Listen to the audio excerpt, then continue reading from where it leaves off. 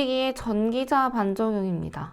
전기자 반작용은 전기자 자속이 계자 자속에 영향을 미치는 현상인데요. 이 전기자 자속은 전기자 전류가 있어야겠죠. 전기자 전류가 있으려면 부하 전류가 있어야 하고요. 그래서 얘는 부하가 있을 때만 발생을 하게 되고요. 이 부하가 어떤 부하냐에 따라서 조금 다릅니다. 뒤에 가서 살펴보면 먼저 저항 부하일 때, L 부하일 때, C 부하일 때 각각 다르고요. 각각 기전력의 파형이 이렇게 되고요. R 부하일 때 전류는 이 기전력과 동상이겠죠. L 부하일 때는 뒤진 전류죠. 90도 뒤진 전류여서 이렇게 될 거고요. C 부하일 때는 반대로 90도 앞선 전류겠죠. 그래서 이렇게 될 거예요. 그리고 동기발전기를 한번 그려보면 R부하일 때 전기자 권선이 이렇게 있고 계자가 이렇게 돼야 최대겠죠. 계자가 오른쪽으로 회전할 때. 그리고 L부하일 때는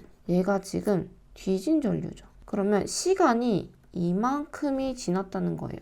그럼 계자가 이러한 형태가 될 거고요. 얘는 앞선 전류예요. 시간이 이 앞에니까 이때 계자는 N극이 왼쪽일 거고요. 여기서 전기자 계자를 보면 이 상태의 자속이 형성되고 결국 왼쪽을 향하는 전기자 자속이 형성되고, 그렇게 되면 원래 계자 자속인 여기랑 원래의 이 계자 자속을 방해하게 되는 거죠. 그래서 얘는 횡축 반작용, 교차 자화작용이라고도 했었죠. 그 다음에 L부하를 살펴볼게요. L부하에서 전기자 권선의 자속 이렇게 같고요. 전기자 자속의 방향은 다 같죠. 근데 이때 계자 자속의 방향이 L부하일 때는 이 전기자 자속과 정반대고요. 얘는 같은 방향이죠. 그래서 L부하일 때는 감자작용이 일어나고요. C부하일 때는 증자작용이 일어날 거예요. 그리고 이렇게 감자작용과 증자작용, 얘네는 직축 반작용이라고도 합니다. 자, 이거는 그리고 동기 발전기에서의 얘기고요. 동기 전동기 같은 경우에는 발전기와 반대입니다. 이 내용을 다시 뒤로 가서 정리를 해보면 동기 발전기에서나 전동기에서나 R부하일 때는 동상이에요. 그리고 횡축 반작용, 즉 교차 자화작용이 일어나고요. 동기 발전기인데 L부하일 때는 뒤진 전류였어요. 그리고 감자작용이 나타난다고 했죠. 근데 전동기에서는 똑같이 뒤진 전류지만 증자작용입니다. 그리고 C부하일 때는 진상전류, 앞선 전류였고요. 증자작용이 나타나는데 전동기에서는 반대로 감자작용이 나타났다. 그래서 이렇게 반대가 되는 형태입니다. 밑에 문제 한번 풀어볼까요?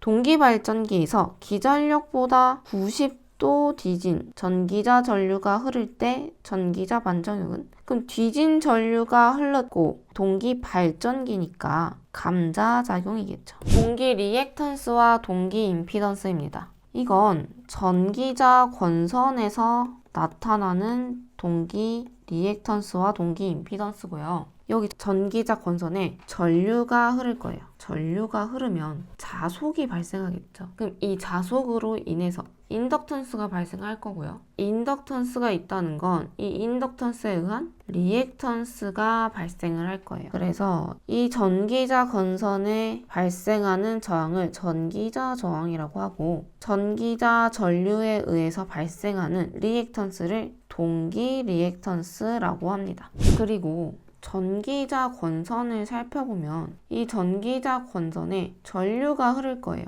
IA라는. 그럼 이때 이 코일 변에서 발생하는 리액턴스, 여기서의 리액턴스를 전기자 반작용 리액턴스라고 할 거고요. 그리고 요 코일 단에서 발생하는 리액턴스를 전기자 누설 리액턴스라고 할 겁니다. 그리고 이 전기자 반작용 리액턴스와 전기자 누설 리액턴스를 더한 것을 동기 리액턴스라고 해요. 그리고 이 동기 임피던스는 위에서 말한 전기자 저항과 전기자 리액턴스를 더한 값을 동기 임피던스라고 하고요. 근데 이때 전기자 저항은 굉장히 작아요. 무시할 수 있는 크기라서 보통 동기 임피던스 할 때는 이 동기 리액턴스만 신경을 씁니다. 그 다음에 퍼센트 동기 임피던스입니다. 이 퍼센트 동기 임피던스는요, 전격 전류에서 동기 임피던스와 기전력의 비에 대한 백분율 값이라고 되어 있는데요. 얘가 지금 기전력이죠. 그리고 회로를 한번 그리면 여기 기전력이 발생을 하고 전기자 저항, 동기 리액턴스, 그리고 여기 부하가 있겠죠. 여기에 전격 전류가 흐를 거고요. 이 전격 전류가 흐를 때 여기가 동기 임피던스죠. 그래서 이 기전력에 비해서 요 동기 임피던스에 걸리는 전압 강화를 올린 것이 퍼센트 동기 임피던스입니다. 즉 얘는 손실이죠. 손실에 대한 백분율의 값이에요. 단락 전류입니다. 돌발 단락 전류는요, 발전기가 정상 운전하다 갑자기 단락이 발생하면요, 단락 순간 큰 전류가 흘러요. 두세 사이클 정도. 그리고 그 이후에 일정한 단락 전류가 흐릅니다. 그래프로 조금 그려보면 두세 사이클은 굉장히 큰 전류가 흐르다가 일정한 단락 전류가 흐릅니다. 그래서 이 두세 사이클 이 정도를 돌발 단락 전류라고 하고요. 이 돌발 단락 전류는 전기자 누설 리액턴스분의 기전력입니다. 그래서 이 돌발 단락 전류를 제한할 수 있는 건 요 전기자 누설 리액턴스고요. 돌발 단락 전류가 흐른 뒤에 지속 단락 전류가 흐르는데요. 이 지속 단락 전류는 동기 임피던스분의 기전력이고요. 이 지속 단락 전류의 크기를 제한하는 것은 전기자 반작용 리액턴스입니다. 다음은 단락비입니다. 이 단락비는 그래프나 이런 거 보면 굉장히 어려운데 쉽게 얘기하면 단락되기 전 그리고 후의 전류값의 비를 말해요. 이렇게 회로가 있습니다. 여기에 전격 전류 IN이 흘렀어요. 그러다가 갑자기 단락이 된 거예요. 단락이 됐다는 건 부하가 없고 쇼트난 것을 단락이라고 하는데요. 이때 이 단락 전류를 IS라고 할 거예요. 그래서 부하가 있을 때 전격 전류분에 단락이 됐을 때 흐르는 전류 IS를요, 단락비라고 합니다. 이 정도만 알고 계시면 충분하고요. 단락비가 크다라는 게 어떤 뜻인지 아는 게 가장 중요합니다. 단락비가 크다는 건 동기 임피던스가 작다라는 거고, 이것은 전압 변동률이 작고 전기자 반작용이 작다는 겁니다. 즉 얘네가 작다는 건 안정도가 좋다는 거예요. 가장 중요합니다. 안정도가 좋다는 건 단락비가 큰 거예요. 그럼 안정도가 좋다는 건 중량이 조금 무거워야 안정적이겠죠. 하지만 가격이 비싸고요. 계자 기자력이 크고 선로 충전 용량 크고 공극이 크게 되고 수차형이나 저속기가 됩니다. 이 특징 꼭 알아두셨으면 좋겠습니다. 단락비가 1.5인 동기 발전기 퍼센트 동기 임피던스는 약 몇인가? 단락비는요, 전격 전류분의 단락 전류였고요. 얘는 퍼센트 동기 임피던스를 나타내면 퍼센트 동기 임피던스 분의 100이 되고, 이때 단락비는 1.5니까 퍼센트 동기 임피던스는 66.66이 나옵니다. 그래서 정답은 2번입니다. 다음으로 단락비가 큰 동기기라는 건 기기가 커지니까 공극이 컸었죠. 그리고 전압 변동률이 작고 동기 임피던스가 작고 중량이 크다 그랬어요. 그래서 중량이 커지니까 가격이 비싸다고 했습니다. 정답은 2번입니다. 동기 발전기의 출력입니다. 이 형태는 우리 앞에 직류기에서도 봤었죠. 얘는 회로가 이렇게 있으면요, 여기서 발생하는 기전력 그리고 이 부하에 걸리는 전압을 V라고 할 때요, 이 V가 단자 전압입니다. 그래서 출력은 동기 리액턴스 분의 기전력 그리고 단자 전압을 곱하고요. 이 기전력과 단자 전압의 부하를 사인으로 곱한 값입니다. 그래서 이러한 형태가 나고요. 전압 변동률은 V0는 무부하일 때요. 위에 이 그림에서 여기 부하가 없을 때를 말합니다. 부하가 없을 때 V0고 부하가 있을 때 여기에 얼만큼 걸리는지가 Vn이에요. 그래서 전압 변동률은 이렇게 계산을 하고요. 동기 발전기의 병렬 운전 조건인데요. 동기 발전기의 병렬 운전 조건은 기전력의 크기, 위상, 주파수, 파형이 같아야 합니다. 오른쪽 보시면 이렇게 순식값의 형태를 적어놨는데 이 순식값에서 여기 앞에 있는 애가 크기죠. 기전력의 크기, 그리고 파형, 주파수, 위상 이렇게 네 가지가 같아야 병렬 운전을 할 수 있습니다. 그리고 얘네는 파크 주위로 외워주시면 됩니다. 그리고 이 병렬 운전 조건이 충족되지 않았을 때 어떤 현상이 나는지를 살펴볼 건데요. 먼저 기전력의 크기가 같지 않을 때는 무효순환 전류가 발생해요. 밑에 잠깐 보면 기전력의 차이가 있다는 건 전위차가 있다는 거고요. 전위차가 있으면 전류가 발생을 하겠죠. 그래서 이때 기전력의 차에 의해서 발생하는 전류를 무효순환 전류라고 하고요. 이 무효순환 전류는 이렇게 됩니다. 기전력의 위상이 같지 않으면요. 첫 번째 위상이 여기서 시작되면 두 번째 위상은 만약 여기서 시작된다 하면은 이 위상차가 있다는 건요. 기전력의 차이가 있을 수밖에 없겠죠. 그래서 이때는 유효순환 전류라고 해요. 어쨌든 위상차가 생기면 기전력의 차이가 생겨요. 그래서 이때 발생한 전류를 유효순환 전류라고 하고요. 주파수가 다르다면 단자 전압에 진동이 발생하고 기전력의 파형이 다르면 고조파 무효순환 전류가 발생하게 됩니다. 동기 발전기의 안정도입니다. 먼저 자기여자 현상인데요.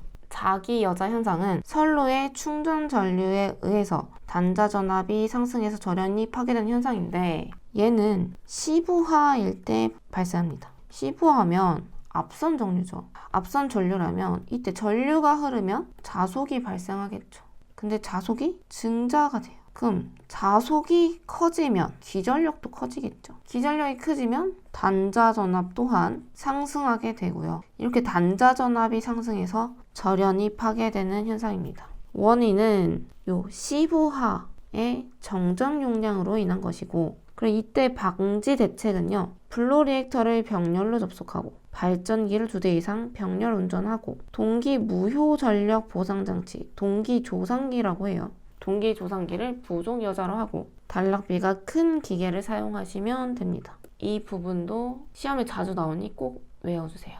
다음은 난조 현상입니다. 난조 현상은요, 부하가 갑자기 변화하면서 발생합니다. 부하가 변화를 하니까 속도가 변하게 되고, 그렇게 되면 동기 속도가 되려고 재조정을 하는 과정에서 진동이 발생하게 돼요. 동기 속도가 이렇게 일정하다면 부하가 변하면서 갑자기 속도가 이렇게 되는 거예요. 그러면 동기 속도가 되려고 낮아지는데 갑자기 이렇게 일정해지진 않겠죠. 부하가 갑자기 급변하면서 진동이 생기게 됩니다. 이러한 난조의 원인은 부하가 급변하거나 속도 조절기, 조속기의 감도가 예민하거나 전기자 저항이 크거나 토크에 고조파 성분이 포함되어 있거나 관성 모멘트가 작을 때 발생하게 되고요. 이때 난조 방지 대책은 제동건선 설치 많이 나오고요. 또는 관성 모멘트를 크게, 플라이 휠 효과를 크게. 플라이 휠 효과라는 건 관성 모멘트를 높이는 거고요. 그리고 속도 조절기의 성능을 너무 예민하지 않도록 조정하거나 고조파를 제거하는데 단절건이나 분포건을 사용하면 고조파가 제거합니다. 제동건선은 작은 면에 건선을 설치해서 난조를 제동하는 역할을 하는 건선인데요. 이 제동건선의 역할, 난조 방지, 기동 토크 발생, 파형 개선, 이상 전압 방지의 역할을 합니다. 그리고 안정도 향상을 하려면 우리 앞에서 했었죠. 다시 한번 정리하고 갈게요. 단락비를 크게 하거나 동기 임피던스를 작게 하거나 소극 여자 방식을 채택하거나 플라이 휠을 설치해서 관성 모멘트를 크게 하거나 속도 조절기, 조속기의 동작을 신속하게 하면 됩니다. 동기 전동기입니다. 동기 전동기는 동기 발전기와 구조는 같아요. 하지만 전류 방향이 반대입니다. 직류기도 그랬죠. 구조는 같은데 전류 방향이 반대였어요. 동기 전동기의 특성 보겠습니다. 동기 전동기는 부하의 변화에도 속도가 항상 동기 속도로 일정하고요. 항상 역률 1로 운전할 수 있고 역률을 조정할 수 있고 유도 전동기라는 건 뒤에서 배울 건데요. 유도 전동기에 비해서 효율이 좋습니다.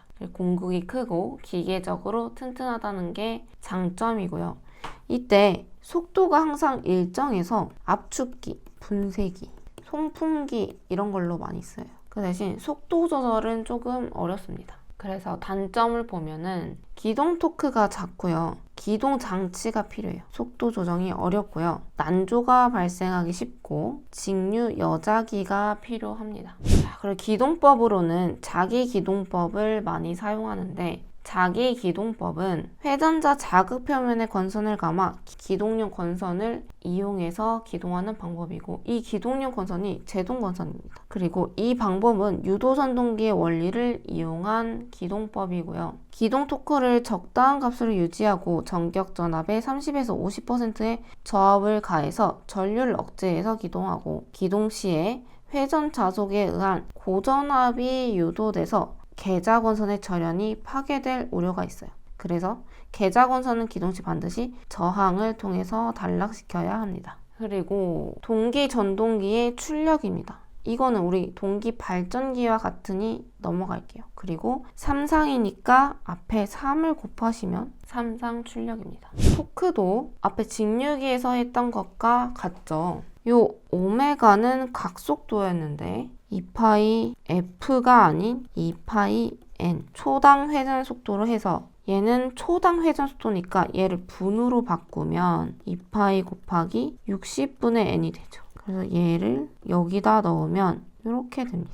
밑에 60인데 얘를 위로 올린 거고요. 요 2파이분의 60을 계산하면 9.55가 나오고 얘를 뉴턴을 킬로그램으로 바꿀 때 9.8분의 1로 나누면 0.975가 나올 거예요. 그리고 동기 무효 전력 보상 장치입니다. 옛날엔 그냥 동기 조상기라고 많이 얘기했었고요. 이 동기 무효 전력 보상 장치는 무부하로 운전되는 동기 전동기의 위상 특성을 이용해서 무효 전력을 조정합니다. 위상 조정, 전압 조정을 목적으로 하고요. 얘는 진상, 지상 역류를 모두 얻을 수 있어요. 그리고 이 동기 전동기의 위상 특성 곡선을 보면 이 위상 특성 곡선은 이 가운데를 기점으로 이 가운데는 역률이 1일 때, 즉 코사인 세타 1을 기점으로 계좌 전류를 증가시키면 과여자가 되겠죠. 그러면 전기자 전류는 앞선 전류로 작용하게 되고 이는 즉 콘덴서로 작용하게 됩니다. 또 여기를 기준으로 계좌 전류를 감소시키면